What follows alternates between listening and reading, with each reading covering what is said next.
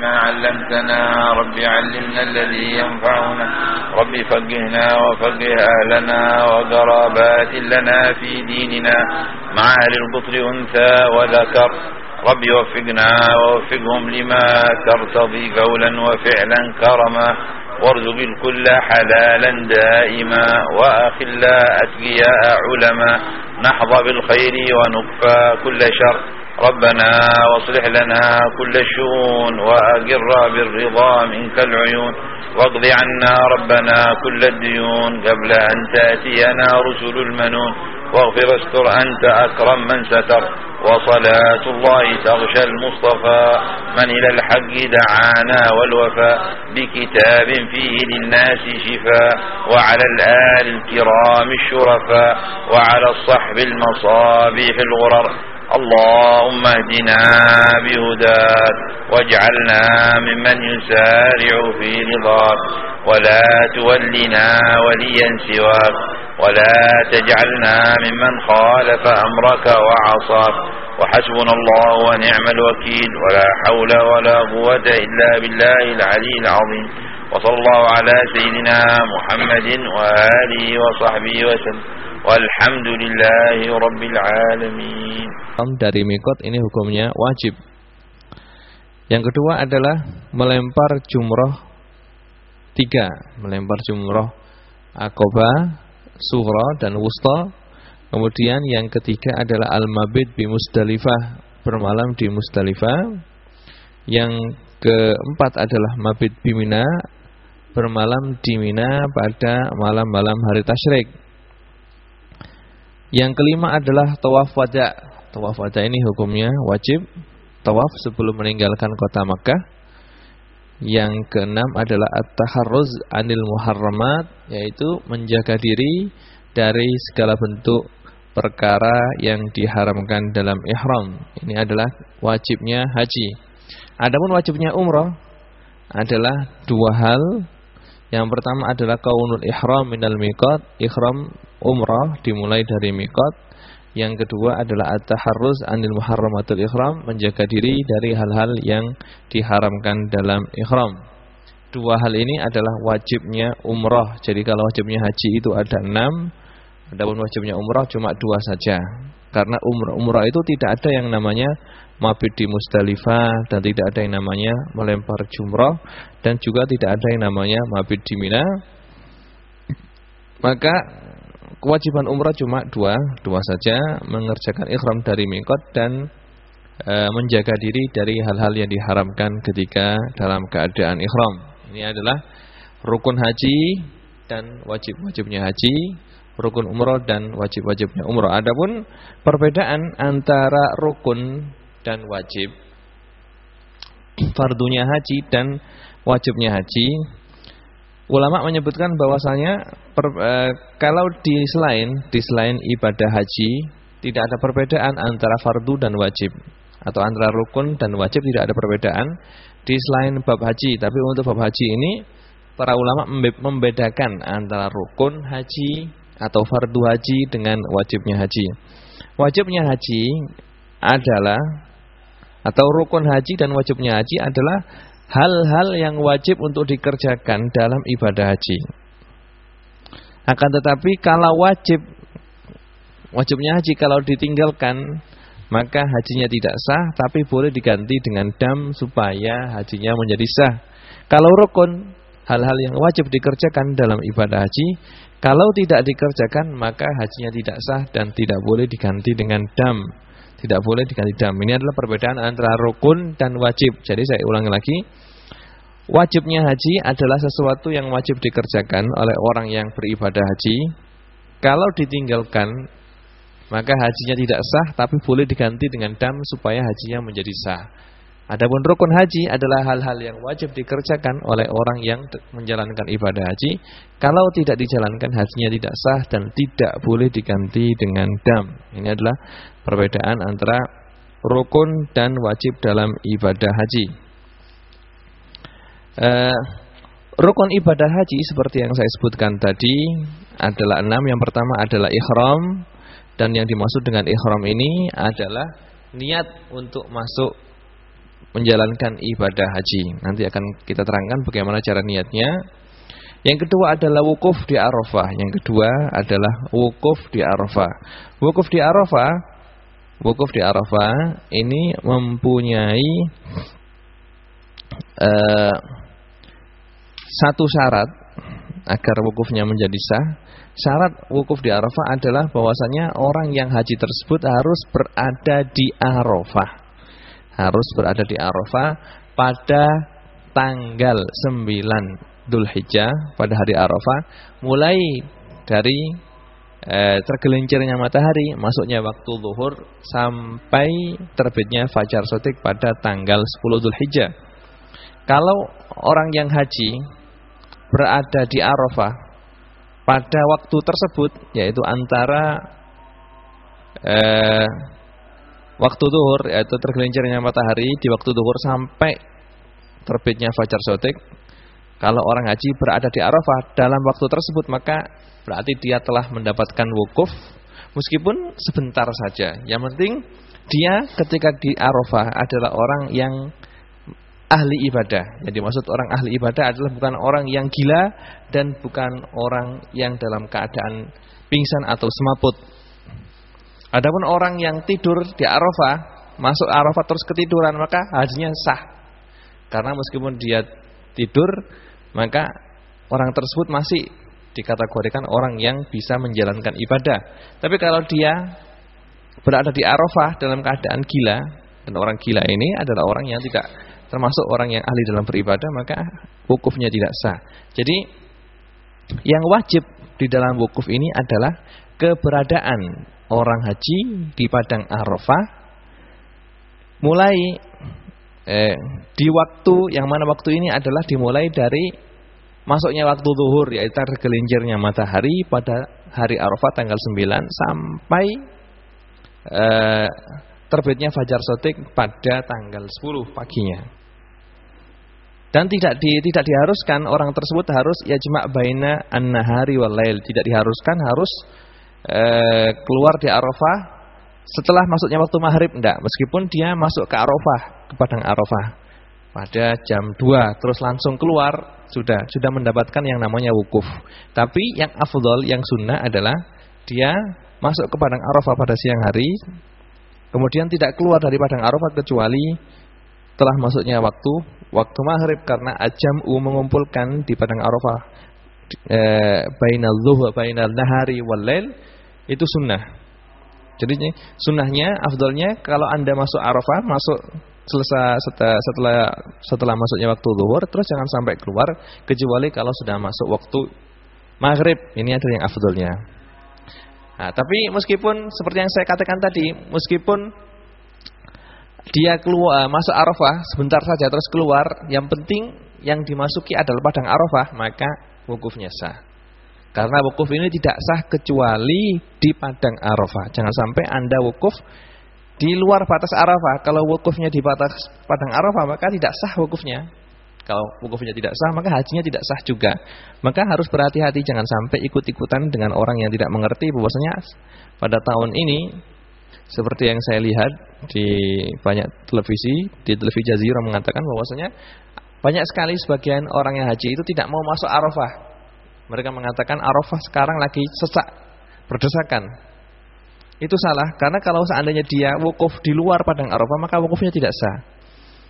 Ya, maka saya ulangi lagi, untuk wukuf ini yang wajib dilakukan untuk sahnya wukuf ini, yang pertama adalah orang tersebut berada di padang Arafah pada waktu setelah masuknya waktu zuhur sampai terbitnya fajar shadiq, dan tidak disyaratkan harus terus-menerus di Arafah. Yang penting dia masuk Arafah pada waktu tersebut, maka telah sah wukufnya, Dan yang penting orang tersebut adalah orang yang ahli ibadah, maksudnya bukan orang yang gila dan bukan orang yang lagi dalam keadaan pingsan atau semaput dalam bahasa Jawanya. Kalau orang tersebut orang yang orang yang siuman, orang yang tidak pingsan dan orang tidak gila, maka wukufnya menjadi wukuf yang sah. Adapun rukun yang ketiga adalah tawaf. Rukun yang ketiga adalah tawaf, dan tawaf ini termasuk ibadah yang rumit. Orang yang haji harus mengerti cara atau syarat-syarat tawaf atau wajib-wajibnya tawaf. Syarat tawaf itu ada 10 sebagaimana disebutkan oleh para ulama. Yang pertama, satrul aurah. Orang yang mau mengerjakan tawaf harus menutup auratnya. Jangan sampai auratnya terbuka. Kalau orang laki-laki, maka auratnya dia harus menutup di antara pusar dan lutut. Di antara pusar dan lutut harus tertutup. Jangan sampai ketika tawaf terus sarungnya atau kain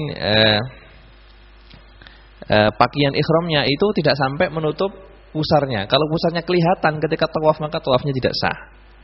Maka harus berhati-hati, harus menutup antara pusar dan lutut untuk orang laki-laki, karena auratnya orang laki-laki adalah antara pusar dan lutut. Untuk orang perempuan harus ditutup semuanya sampai kakinya, telapak kaki juga harus ditutup. Jangan sampai tawaf dalam keadaan tawaf haji misalnya atau tawaf umroh terus tidak memakai kaos kaki sehingga telapak kakinya terbuka. Kalau telapak kakinya terbuka berarti tawafnya tidak sah karena dia tidak menutup aurat, karena telapak kaki termasuk auratnya perempuan.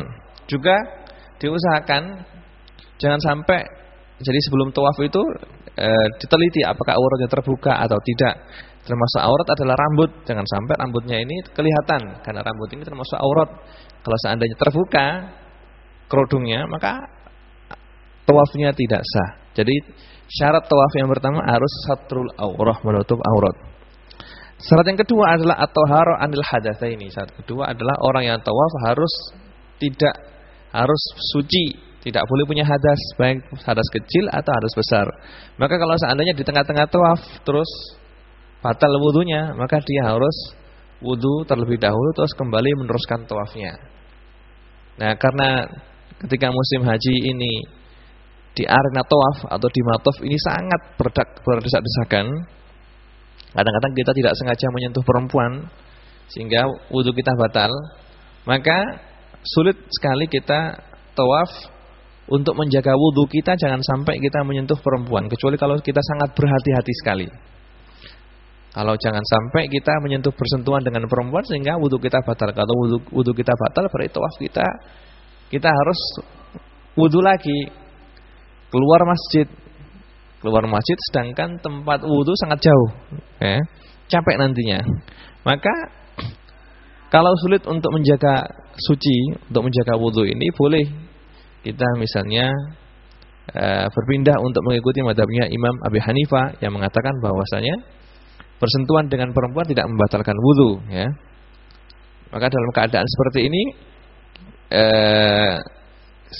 enaknya, gampangnya, ya, kita mengambil atau ikut kepada mazhabnya Imam Abu Hanifah yang mengatakan bahwasanya menyentuh perempuan tidak membatalkan wudu, atau mazhabnya Imam Malik yang mengatakan menyentuh perempuan tidak membatalkan wudu kecuali disengaja atau merasakan enak, ya, merasakan enak.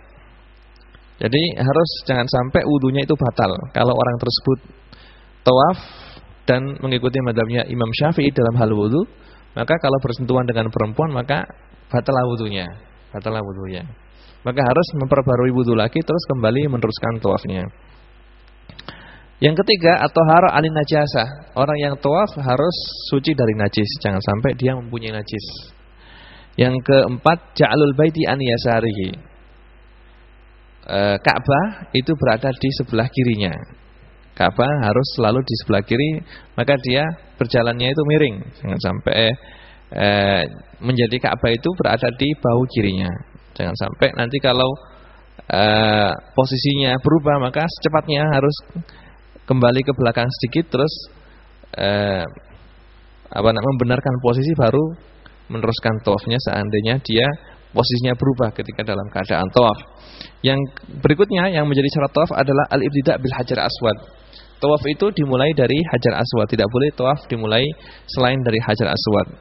Dan ketika memulai tawaf dan dimulai dari hajar aswad, jangan sampai posisinya itu menghadap ke kiblat, tapi posisinya diusahakan tetap bagian bahu kiri ini adalah lurus dengan kiblat, Terus syarat berikutnya adalah Kaunuhu sab'an, tawaf ini dilakukan 7 keliling.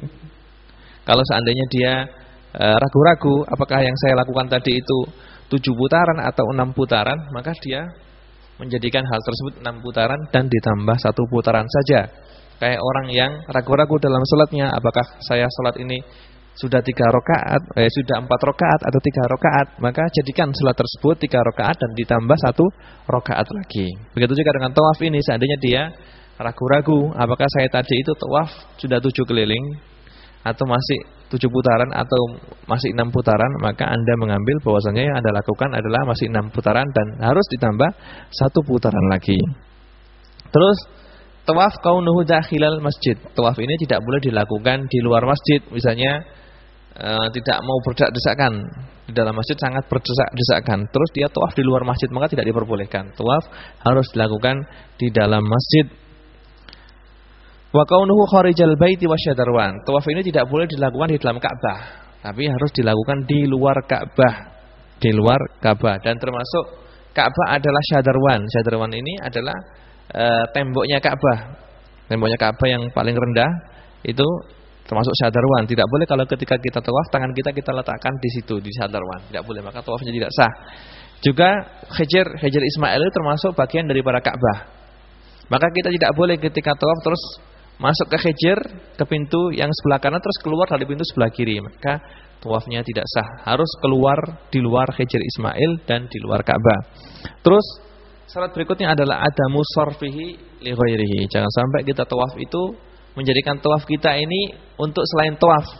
Mestinya dia niat tawaf dengan tujuan untuk mencari orang yang memukul dia atau orang yang hutang kepada dia. Ketika dia berjalan di arena tawaf itu, melihat si fulan ini dulu mempunyai utang 1 juta belum dikembalikan. Karena sekarang ketemu di tengah-tengah tawaf, langsung dia kejar. Nah, maka ini tidak boleh. Karena tawaf itu harus semata-mata niatnya adalah untuk semata-mata untuk tawaf, untuk melakukan ibadah kepada Allah Subhanahu wa taala. Rukun berikutnya setelah tawaf adalah sa'i. Dan sa'i ini juga mempunyai beberapa syarat atau mempunyai beberapa kewajiban. Yang pertama, ayyabda'a fi kulli witrin bis-shafa. Mulai bilangan yang ganjil dari sofa. Jadi sa'i yang pertama dilakukan dari sofa, dimulai dari sofa. Kemudian yang kedua dilakukan dari marwah. Jadi setiap ganjil dimulai dari sofa dan genap dimulai dari marwah. Kemudian wa ayyakuna sab'an. Sa'i ini di jalan 7 kali jalan, jadi dari sofa ke marwah dihitung sekali, dari marwah ke sofa dihitung sekali. Hari 2. Dari sofa ke marwah 1. Marwah ke sofa 1 lagi sampai nanti terakhir berada di marwah. Terus setelah itu wa ayyakuna ba'da tawafi ruknin. Sa'i ini tidak boleh dilakukan kecuali setelah melakukan tawaf. Karena maka di sini termasuk daripada rukunnya haji adalah at-tartib. Tertibnya bagaimana? Tertibnya adalah pertama yang dilakukan adalah wukuf di Arafah. Setelah wukuf harus tawaf, setelah tawaf sa'i. Tidak boleh misalnya tawaf dahulu terus wukuf. Kecuali orang tersebut datang ke Mekah terus melakukan tawaf qudum misalnya. Kalau dia melakukan haji dengan cara ifrad, maka misalnya kalau dia datang ke Mekah melakukan tawaf qudum, kemudian setelah tawaf qudum dia melakukan sa'i. Setelah sa'i kemudian berangkat ke Arafah. Nanti setelah tawaf rukun tawaf ifadah dia tidak dituntut untuk sa'i lagi karena sa'inya sudah dikerjakan ketika selesai mengerjakan tawaf qudum. Yang penting sa'i ini tidak boleh dikerjakan kecuali setelah mengerjakan tawaf. Kalau baik tawaf rukun yaitu tawaf ifadah atau tawaf sunnah yaitu tawaf qudum. Ini adalah syarat-syaratnya sa'i ya. Kemudian halqu awi taksir ya. Halqu taksir ini adalah rukun yang kelima dari rukunnya haji. Karena rukunnya haji itu adalah ihram, terus wukuf, terus tawaf, terus sa'i, terus mencukur rambut atau memotongnya, terus tertib. Nah, tertib ini seperti yang saya katakan lagi tadi, tertib antara wukuf, tawaf dan sa'i. Wukuf, tawaf dan sa'i. Adapun selain ini maka tidak disyaratkan untuk tertib. Tidak disyaratkan untuk tertib. Misalnya dia mendahulukan mencukur dahulu kemudian tawaf diperbolehkan. Adapun sa'i tidak boleh dilakukan kecuali setelah mengerjakan tawaf. Adapun wajibnya haji, seperti yang saya katakan tadi, wajibnya haji itu adalah ihram harus dimulai dari mikot. Yang kedua melempar jumrah. Yang ketiga adalah mabit di Musdalifah. Yang keempat adalah mabit di Mina pada malam-malam hari tasyrik. Yang kelima adalah tawaf wada, dan yang keenam adalah menjaga diri dari hal-hal yang diharamkan ketika melakukan ihram. Untuk kewajiban yang pertama adalah ihram harus dimulai dari mikot. Ihram harus dimulai dari mikot, dan yang dimaksud dengan ihram ini adalah pembukaan. Untuk ibadah haji ini adalah ihram. Ihram itu adalah niat pertama kali kita melakukan ibadah haji. Ihram ini harus dilakukan di mikot. Harus dilakukan di mikot, dan mikot ini seperti yang disebutkan oleh para ulama dibagi menjadi dua. Ada yang dinamakan mikot zamani dan ada yang dikatakan mikot makani. Mikot zamani adalah bulan-bulan atau hari-hari yang telah ditentukan untuk mengerjakan ibadah haji. Ihram itu tidak boleh dilakukan, kalau ihramnya adalah ihram haji, tidak boleh dilakukan di setiap waktu, tapi di sana ada waktu-waktu khusus untuk melakukan ihram haji. Untuk melakukan ihram haji seperti dalam Al-Qur'an Allah Subhanahu wa taala telah menjelaskan al-hajju asyhurum ma'lumat, bahwasanya ibadah haji itu adalah dilakukan pada bulan-bulan yang telah ditentukan. Bulan-bulan yang ditentukan itu apa saja? Itu bulan Syawal dan bulan Dzulqa'dah dan 10 hari dari bulan Dzulhijjah.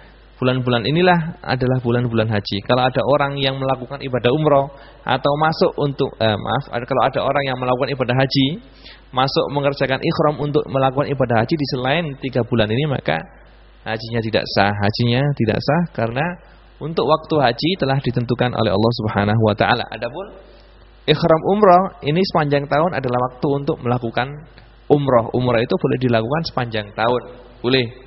Tidak ada yang namanya mikot zamani khusus untuk umroh, karena sepanjang tahun adalah waktu untuk melakukan umroh.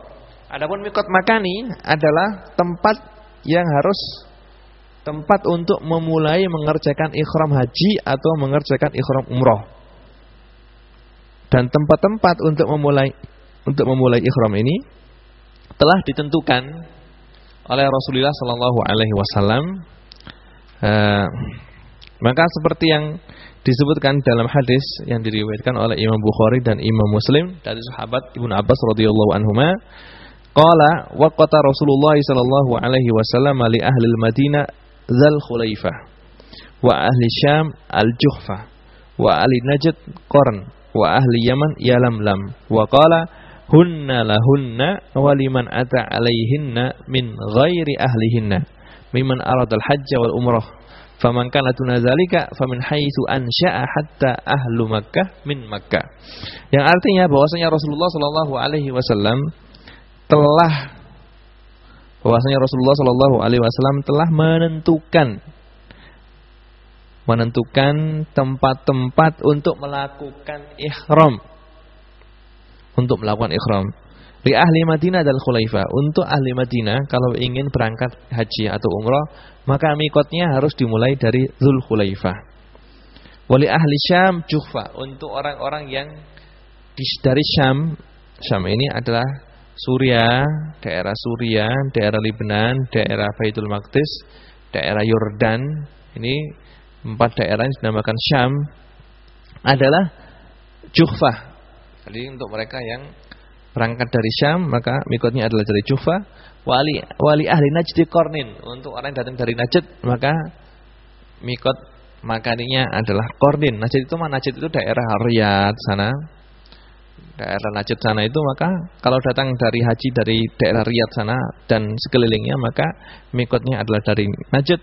Wa ahli Yaman Yalamlam, dari untuk orang yang datang dari Yaman atau orang yang datang dari sebelah kanannya Ka'bah, maka mikotnya adalah Yalamlam. Seperti orang Indonesia, orang Malaysia, orang Singapura, mikotnya adalah dari Yalamlam. Kemudian Rasulullah bersabda, hunna lahunna. Mikot-mikot tersebut adalah untuk orang-orang yang datang dari daerah-daerah tersebut. Waliman ata alaihinna min ghairi ahlihinna. Begitu juga untuk orang-orang yang lewat daerah-daerah tersebut meskipun mereka bukan orang penduduk daerah tersebut. Misalnya kalau kita orang ahli Indonesia, orang Indonesia misalnya, kalau sebelum haji itu datang ke Madinah terlebih dahulu untuk mengambil arba'in misalnya, maka nantinya kalau mau ke Mekah untuk mengerjakan umrah atau untuk mengerjakan haji, maka mikotnya berada dimulai dari Dzul Khulaifah atau dimulai dari Abar Ali, karena meskipun mereka bukan orang Madinah, tapi mereka mulai mengerjakan umrah haji mulai mengerjakan ikhram hajinya atau ikhram umrahnya dari Madinah, maka mereka mikotnya adalah dari Dzul Khulaifah. Mimman aradul hajj wal umrah faman kana duna dzalik famin haitsu ansha. Kalau orang tersebut rumahnya duna dzalik, tidak sejauh itu, yakni orang tersebut rumahnya dari Mekah itu kurang dari 2 marhalah, rumah dia ke Mekah itu kurang dari 81 km, maka famin haitsu ansha, maka mulai ikhramnya dimulai dari mana? Dari rumahnya masing-masing. Hatta ahlu Makkah min Makkah. Begitu juga orang yang bermukim di Mekah atau orang yang berdomisili di Mekah, maka mulai ikhramnya adalah dimulai dari rumahnya mereka sendiri-sendiri. Dimulai dari rumahnya mereka sendiri-sendiri, tapi yang afdal adalah mereka datang ke Masjidil Haram untuk melakukan ikhram haji atau ikhram haji dari Masjidil Haram. Jadi secara ringkas mikot makani ini ada 6. Yang pertama adalah Dzul Khulaifah bagi orang-orang yang datang dari Madinah atau orang-orang yang lewat Madinah.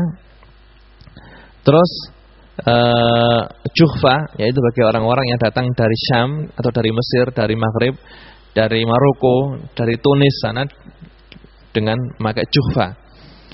Yang ketiga adalah Yalamlam bagi orang yang datang dari daerah Yaman atau daerah yang di kanan Ka'bah seperti orang Indonesia, orang Malaysia dan orang Singapura.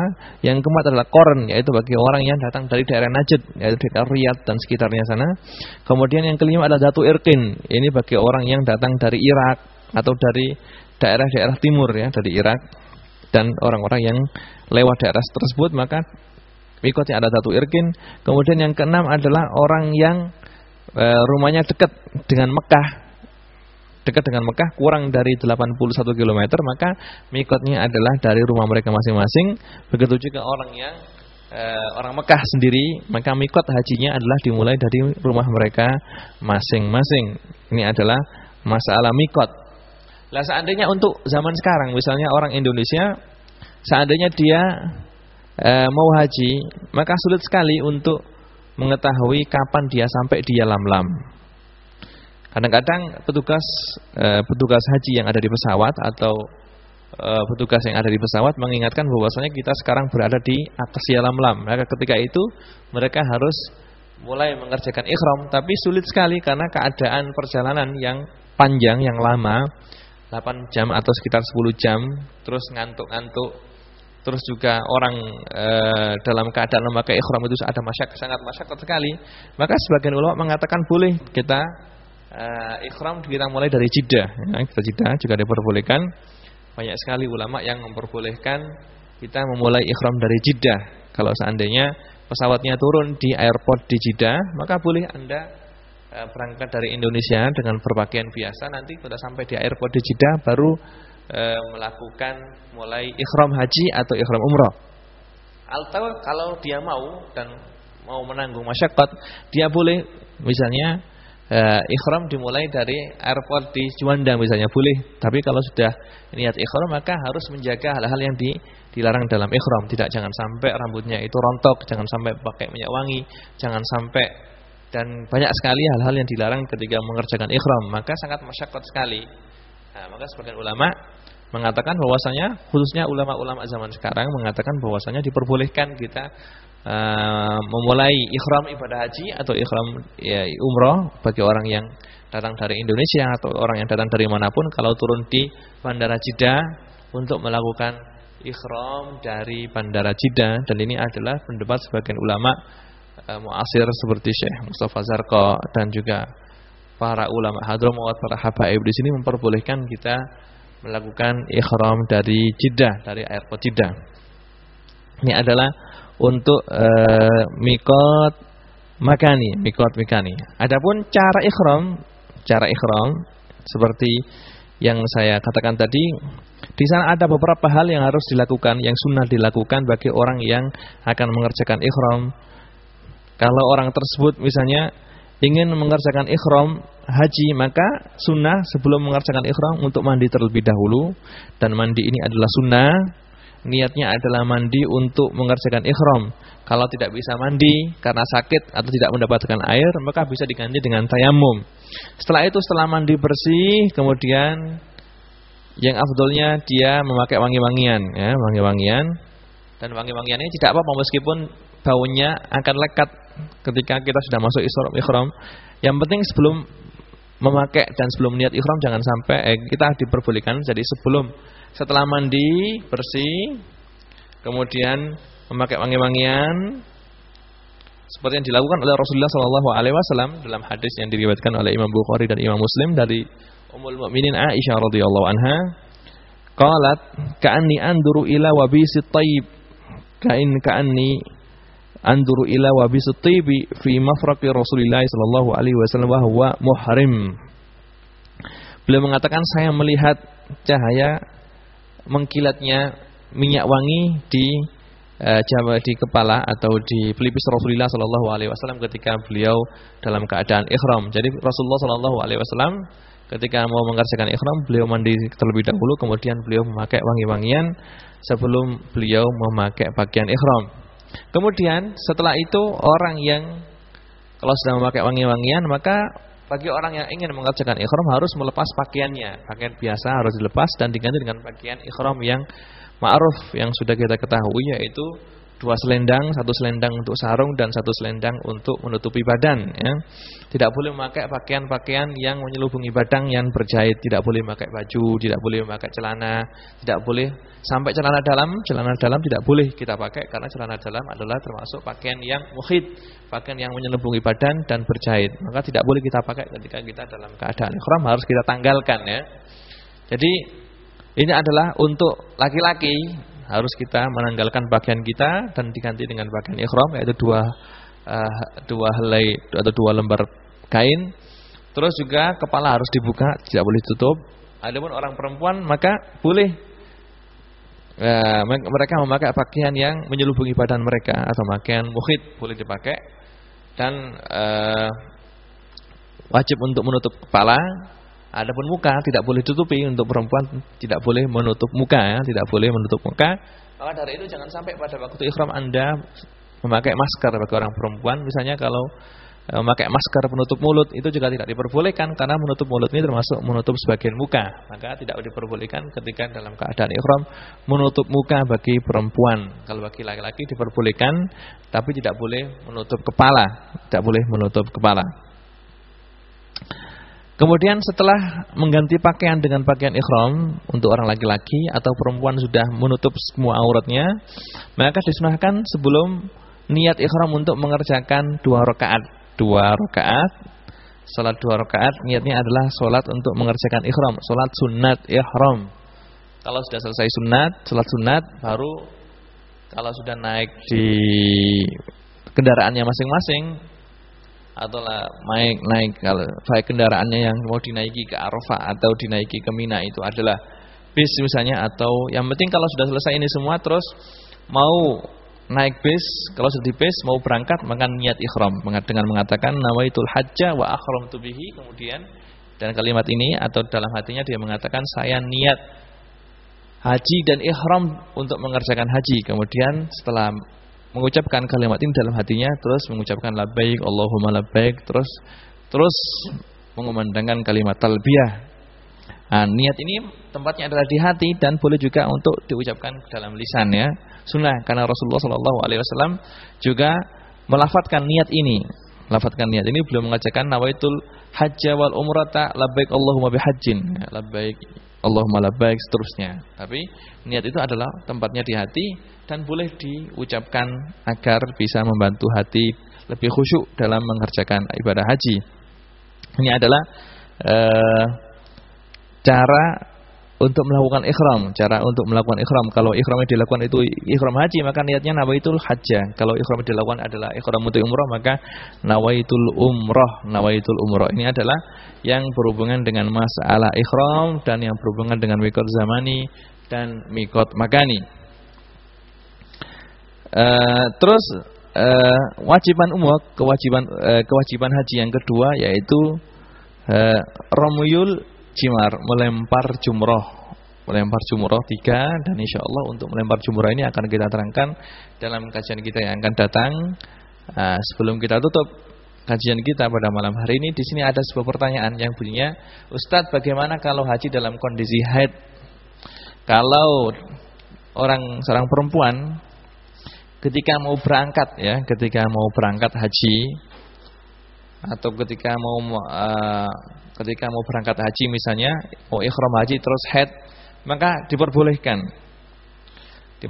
dan ini pernah terjadi pada diri Ummul Mukminin Aisyah radhiyallahu anha, bahwasanya ketika beliau mau memulai ikhram haji, beliau dalam keadaan haid, tapi sama Rasulullah alaihi wasallam tetap disuruh untuk mengerjakan ibadah haji, kecuali tidak boleh melakukan tawaf, karena tawaf itu dilakukan di dalam masjid, dan orang yang haid tidak boleh masuk masjid. Juga termasuk salah satu syarat daripada tawaf seperti yang saya sebutkan tadi adalah orang tersebut harus suci dari hadas besar dan hadas kecil. Adapun hadas ini termasuk hadas besar, maka dia tidak boleh untuk mengerjakan tawaf ya. Jadi orang yang haid tetap boleh mengerjakan ibadah haji. Tetap mengerjakan ibadah haji seperti biasa, ikhram, terus ke wukuf, ikut wukuf di Arafah, meskipun haid masih tetap sah wukufnya, karena wukuf ini tidak disyaratkan harus suci. Tidak harus disyaratkan suci wukuf. Cuma juga boleh melempar jumroh, juga boleh untuk memotong rambut ya. Yang tidak diperbolehkan adalah tawaf saja, karena tawaf ini syarat sahnya tawaf adalah orang tersebut harus orang yang suci dari hadas besar dan hadas kecil.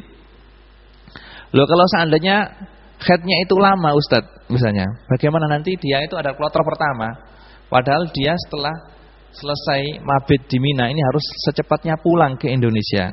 Boleh dalam keadaan seperti ini Anda memakai obat-obatan untuk menghentikan haid ya. Jika tidak ada madharat atau tidak ada efek samping, maka bisa memakai obat-obatan untuk menghentikan haid. Kalau haidnya terhenti dengan meminum obat-obatan tersebut, berarti dia boleh secepatnya untuk mandi, langsung pergi ke Masjidil Haram untuk melakukan tawaf, sehingga hajinya telah sempurna.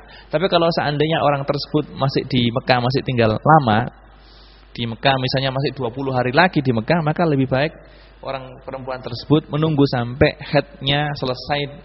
Kemudian kalau setelah haidnya selesai, maka dia mengerjakan tawaf. Karena haid ini adalah memang sudah menjadi kodratnya wanita dan tidak bisa diganggu gugat. Maka seperti yang saya katakan tadi, kalau orang tersebut tidak mempunyai waktu lagi, misalnya dia harus pulang ke Indonesia karena dia termasuk kloter-kloter yang pertama, terus dia belum tawaf, maka solusinya adalah bisa memakai apa? Memakai obat-obatan untuk menghentikan haid, dengan syarat obat-obatan tersebut tidak ada efek sampingnya untuk perempuan tersebut. Kalau nanti dengan minum obat-obatan tersebut haidnya itu terputus, maka secepatnya mandi dan langsung mengerjakan tawaf ifadah.